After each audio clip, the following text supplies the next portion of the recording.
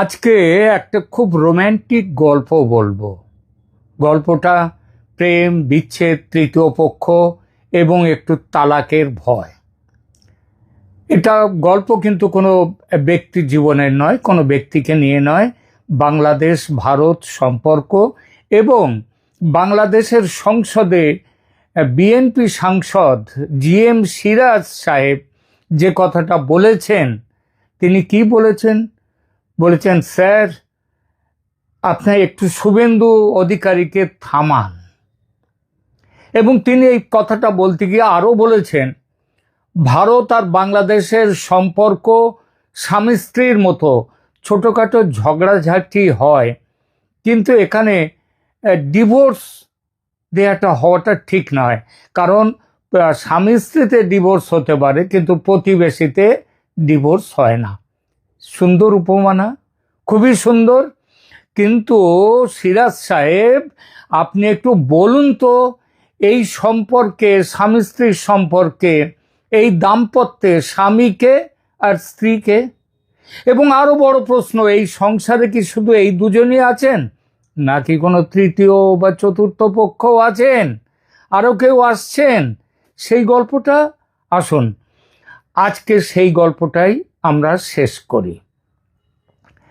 সিরাজ সাহেবের দাম্পত্য তত্ত্ব বাংলাদেশের সংসদে, ভারতের সংসদে নয়, শুভেন্দু অধিকারী পশ্চিমবঙ্গের মুখ্যমন্ত্রী।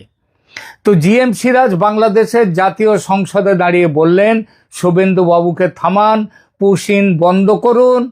ভারত বাংলাদেশের সম্পর্ক স্বামী স্ত্রীর মতো, এতে ডিভোর্স হয় না। চমৎকার বক্তব্য, আমি সত্যিই মুগ্ধ।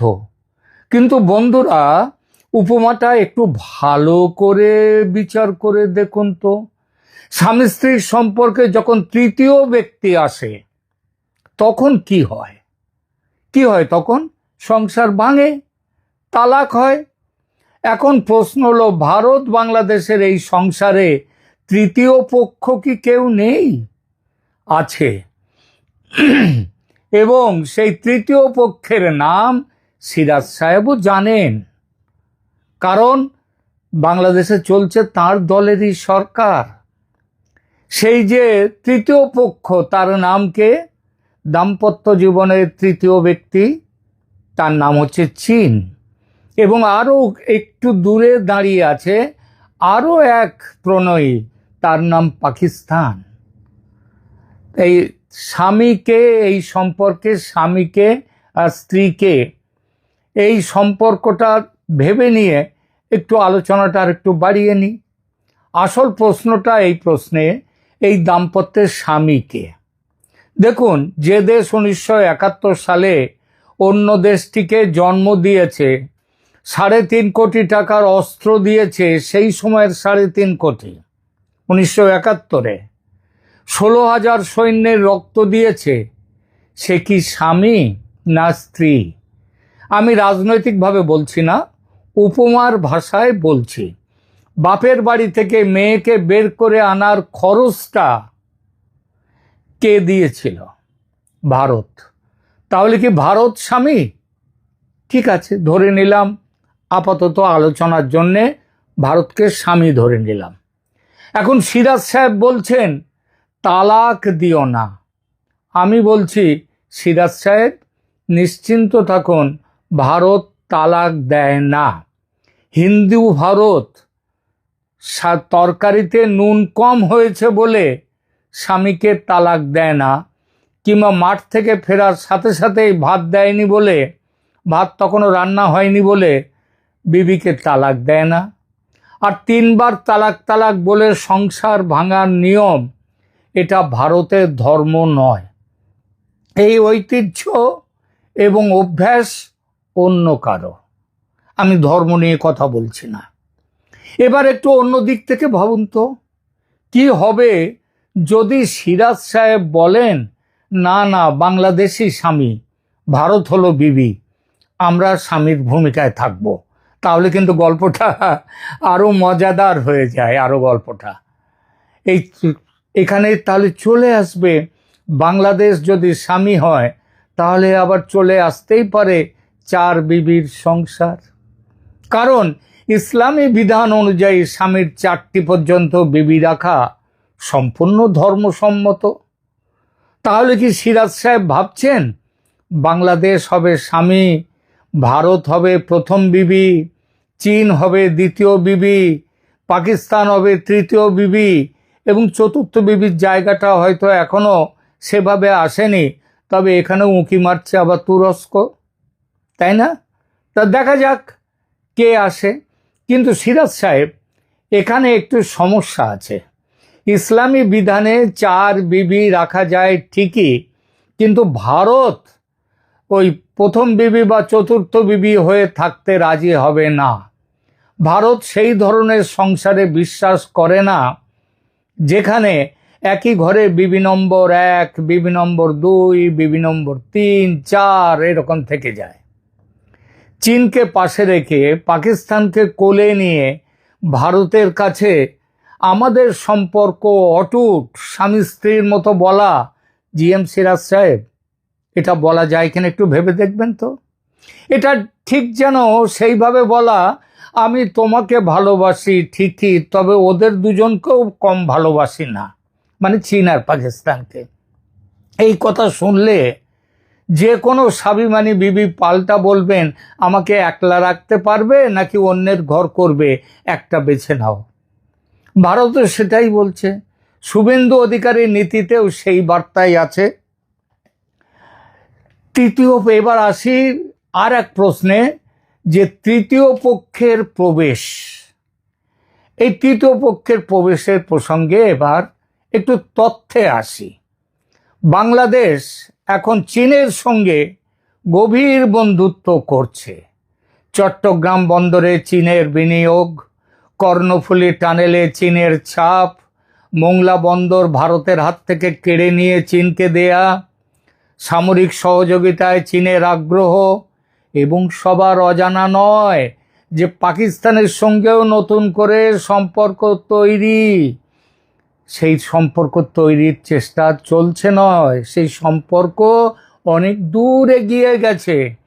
এখন বলুন তো সিরাজ সাহেব, যে স্বামী ঘরে তৃতীয় চতুর্থ বিবি এনে বসায়, সে যদি প্রথম বিবিকে বলে তুমি আমার সব, আমাকে ছেড়ো না, আমাদের ডিভোর্স হবে না, হওয়া উচিত না, তাহলে কি সেটা বিশ্বাসযোগ্য হয় সিরাজ সাহেব?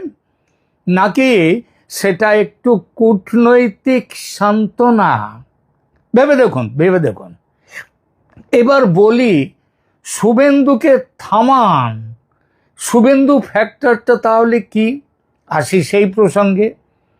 পশ্চিমবঙ্গে নতুন মুখ্যমন্ত্রী শুভেন্দু অধিকারী বলেছেন, অবৈধ অনুপ্রবেশকারী ধরলে তাদেরকে সরাসরি পুশব্যাক করে দেয়া হবে, জেল নয়, সীমান্তে পাঠিয়ে দাও বিএসএফকে, বিএসএফ তাদের পাঠিয়ে দিক মানে কাঁটাতারের বেড়ার ওপারে। এটাতে বাংলাদেশের সংসদ উত্তাল কেন? আরে লোকগুলো তো ভারতের নয়, বাংলাদেশের লোক। বছরের পর বছর ধরে তারা ভারতে এসেছেন, এই লক্ষ লক্ষ মানুষ বাংলাদেশ থেকে কাজ করেছেন, থেকেছেন, এবং এখান থেকে যেতে চাইছেন না, কিংবা আবার অনেকে এখন যেতে চাইছেন। এখন যদি তাদের ভারত ফেরত পাঠায়, সেটা বাংলাদেশের জন্য চাপের। এটা অবশ্যই ঠিক। সংখ্যাটা তো আর 2-1 হাজার নয়, কয়েক লক্ষ কোটি ছাড়িয়ে যাবে। কিন্তু বন্ধুরা, একটু ভাবুন তো, কোনো দেশ কি অবৈধ অনুপ্রবেশকারী রাখতে বাধ্য? আমেরিকা রাখে না, ইউরোপ রাখে না, অস্ট্রেলিয়া রাখে না, তাহলে ভারত রাখবে কেন? শুভেন্দু অধিকারী কি কোনো বেআইনি কাজ করছেন? একদম নয়, আইনি কাজ করছেন। এবং সেই আইনি কাজকে থামাতে বলা হচ্ছে, কারণ প্রতিবেশী দেশের সংসদ থেকে বলা হচ্ছে আমাদের সম্পর্ক স্বামী স্ত্রীর মতো, এখানে তালাক হয় না, ডিভোর্স হয় না। এই তালাক ডিভোর্সের গল্পে মনে পড়ল নরেন্দ্রনাথ মিত্রের বিখ্যাত গল্প রস নামে একটি গল্পের কথা। তাহলে একটু সাহিত্যের কথায় আসি, তাতে বিষয়টা আপনাদের ভালো লাগবে, একটু জমবে ভালো। বাংলা সাহিত্যের অন্যতম সেরা লেখক নরেন্দ্রনাথ মিত্রের একটি বিখ্যাত গল্প আছে রস। সেই গল্প অবলম্বনে তৈরি হয়েছিল একটি অসাধারণ হিন্দি ছবি, তার নাম ছিল সওদাগর, যেখানে স্বামীর ভূমিকায় একেবারে ফাটিয়ে অভিনয় করেছিলেন বিখ্যাত অমিতাভ বচ্চন। সেই গল্পে কি ছিল? এক মুসলমান স্বামী রাগের মাথায় তুচ্ছ কারণে তার বিবিকে তালাক দিয়ে দেন। নতুন বিবি আসে ঘরে, কিন্তু পুরনো বিবির মতো সে নয়। সে রাঁধতে পারে না সেভাবে, ঘর সামলাতে পারে না সেভাবে, তার সাজুগুজু করতে গিয়েই সময় চলে যায়। তার ভালোবাসায় সেই উষ্ণতা নেই, সেই মায়া নেই, মমতা নেই।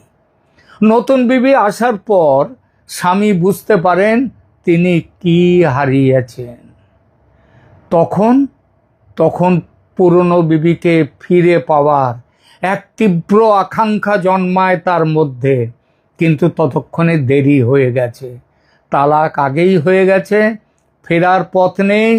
ফেরার আবার যে পথটা আছে, সে পথ ওই স্ত্রী আর একজনকে স্বামী করবে, তার সাথে শয্যা ভাগ করবে, তারপর সে তালাক দিলে তারপরে আবার এর সংসারে আসতে পারবে। এটা এই স্বামীও সহ্য করতে পারেনি।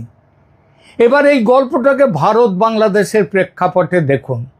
বাংলাদেশ যদি সত্যি স্বামী হয়, ভারত যদি সত্যি বিবি হয়, তাহলে বলতে হবে এই স্বামী রাগের মাথায় অনেক কিছু করে ফেলেছেন, অনেক অন্যায় করে ফেলছেন। হাসিনা সরকারের পতনের পর ভারত বাংলাদেশ সম্পর্ক যেভাবে ঠান্ডা হয়েছে, ভারতীয় পণ্য বয়কটের ডাক উঠেছে, ভারত বিরোধী ন্যারেটিভ বাংলাদেশকে দখল করে নিয়েছে, হিন্দু সংখ্যালঘুদের উপর যেভাবে আক্রমণ হয়েছে, সেটা কি সেই তুচ্ছ কারণে তালাকের মতো নয়? শেখ হাসিনার ওপর রাগ মেটাতে গিয়ে রাগ মেটানো হচ্ছে না বাকি ভারতের ওপরে?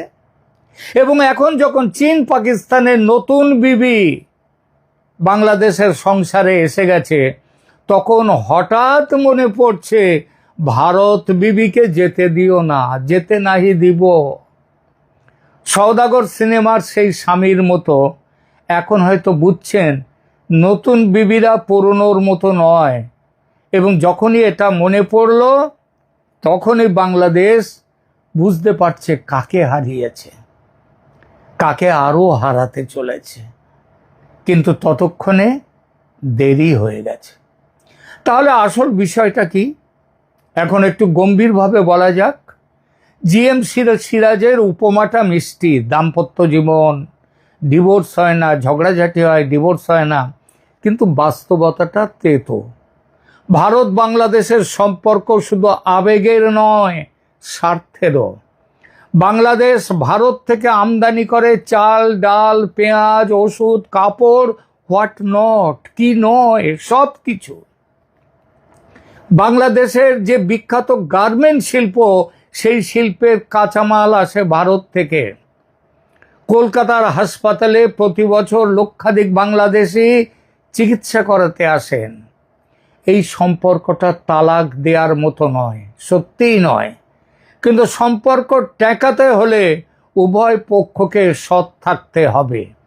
চীন বলল বাংলাদেশে হাসপাতাল তৈরি করবে, ঢাকাতে আরো অন্যান্য জায়গায় একেবারে স্টেট অফ দ্য আর্ট হাসপাতাল হয়েছে তৈরি। সেই হাসপাতাল শুরু হয়েছে, সেই হাসপাতাল তৈরির কথা ব্যাপার শুধু হয়নি, কিচ্ছু হয়নি, হবেও না। শুধু ভারতকে থামতে বলে আর নিজেরা চীন পাকিস্তানের দিকে ঝুঁকে চলবেন, এই দুটো একসাথে হয় না, চলে না। তো বন্ধুরা, সিরাজ সাহেবকে আমার একটাই কথা শেষে, আপনি বলেছেন প্রতিবেশীতে তালাক হয় না, সঠিক কথা, কিন্তু এই সংসারে কটা বিবি রাখতে চাইছেন সেটা ঠিক করুন আগে। কারণ ভারত বিবি হয়ে চীন পাকিস্তানের সতীনের সংসারে থাকতে রাজি নয়। হিন্দু ভারত তালাক দেবে না, এটা সত্যি, কিন্তু নরেন্দ্রনাথ মিত্রের গল্পের সেই স্বামীকেও মনে রাখুন, যিনি রাগের মাথায় তালাক দিয়েছিলেন, নতুন বিবি এনেছিলেন এবং তারপর বুঝেছিলেন পুরনো বিবির মতো আর কেউ হয় না। সেই প্রেম থাকে না, সম্পর্কে সেই উষ্ণতা থাকে না। সেই স্বামী তখন তার পুরনো বিবিকে ফিরে পেতে চেয়েছিলেন, সেটাও পাননি সেটা। বাংলাদেশকে সেই ভুল করতে দেবেন না সিরাজ সাহেব। এখন বাংলাদেশের সরকারে আপনার দল, চীন আপনার পেট ভরাবে না, পাকিস্তান আপনার পাশে দাঁড়াবে না। 1971 সালে ভারত যা করেছিল সেটা কি ভুলে গেছেন?